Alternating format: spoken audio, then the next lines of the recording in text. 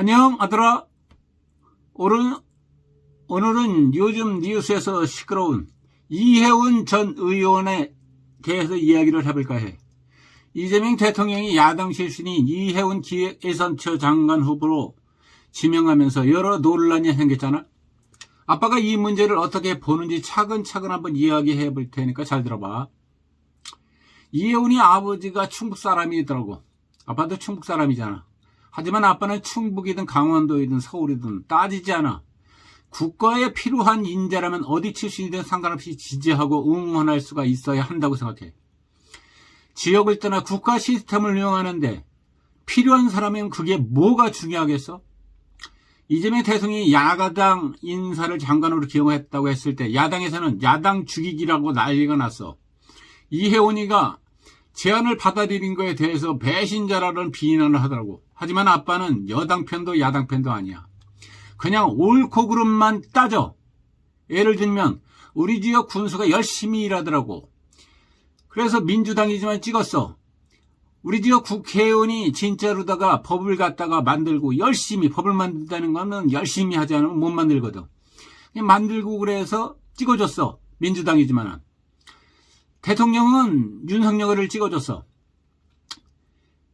민주당 후보든 국민의힘 후보든 열심히 일하면은 나는 찍어줘. 열심히 일하고 똑똑한 사람이 국가의 중요 직책에 오른다면 당연히 찬성해야 한다고 나는 생각을 해. 그래서 이재명 대통령이 이해운 장관을 지명했을 때 아빠는 찬성했어. 솔직히 이해운에 대해서 잘 몰라. 위키백과를 그래서 검색해봤는데 경력을 보니 똑똑해 보이고 국회의원도 지냈으니 능력이 있어서 지명한 것이라고 생각했어. 그래서 찬성했어. 그런데 그 보좌관의 갑질 사건 녹취록이 나오면서 아빠는 정말 놀라지 않을 수가 없었어. 어떻게 저런 말을 할 수 있을까 싶어서 말로 표현할 수 없을 정도로 실망했지. 죽었으면 좋겠다? IQ가 한 자리다? 이건 부하 직원한테 할 소리가 절대 아니야. 그런 말을 듣고 상처를 안 받을 사람이 있다면 그건 사람이 아닐 거야.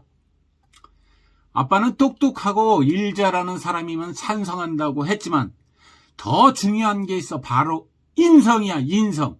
생각해봐. 연예인은 연기만 잘하고 가수는 노래만 잘하면 되는 거 아니야?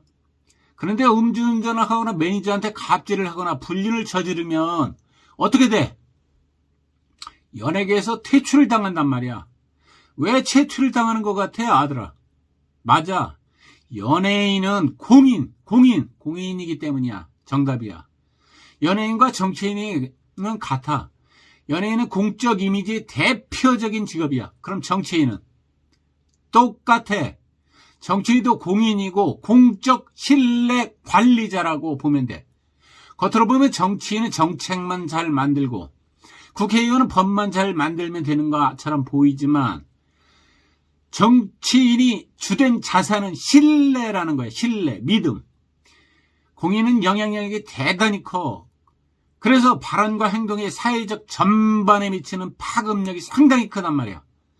사회적 영향력이 큰 사람이 문제 있는 행동을 하면은 그 행동이 정상처럼 복제될 위험이 있어. 이건 감정적인 이야기가 아니라 사회학적 논리야, 아들아. 유명인이 음주운전? 저 정도면 괜찮나? 공인의 혐오 발언. 혐오의 정당화. 유명인의 불법행위. 주범을 약화해. 이런 걸 뭐라 그랬냐면은 모방 효과라고 하는 개념으로 설명할 수가 있어.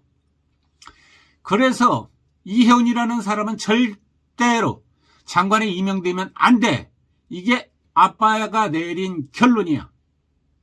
이런 걸 옳고 그름으로 따질 때 간단하게 생각하는 방법이 있어, 아들아. 너도 정치에 이걸 갖다가 대입을 해서 정치에 참여를 하면은 좋아. 내가 알고 있는 상식선에서, 네가 알고 있는 상식선 있잖아. 상대편 당에서 똑같은 사람을 장관직에 임명하면 나는 반대할까? 항상 내 편이 아닌 당에서 그렇게 했다면 나는 어떻게 했을까를 생각해봐. 그 결론이 정답에 가깝다고 보면 돼. 정답이라고 보면 돼. 만약 야당에서 이런 녹취록이 나온 사람을 장관으로 임명했다면 아빠는 당연히 반대했을 거야. 그럼 여당에서 했을 때도 반대를 하는 것이 맞는 거야. 그게 정답인 거야. 능력도 중요하지만은 공인에게는 인성과 신뢰가 더 중요해. 특히 국가의 중요 직책을 맡은 사람은 더더욱 그래. 그래서 아빠의 결론은 금방 얘기했지만은 안 된다.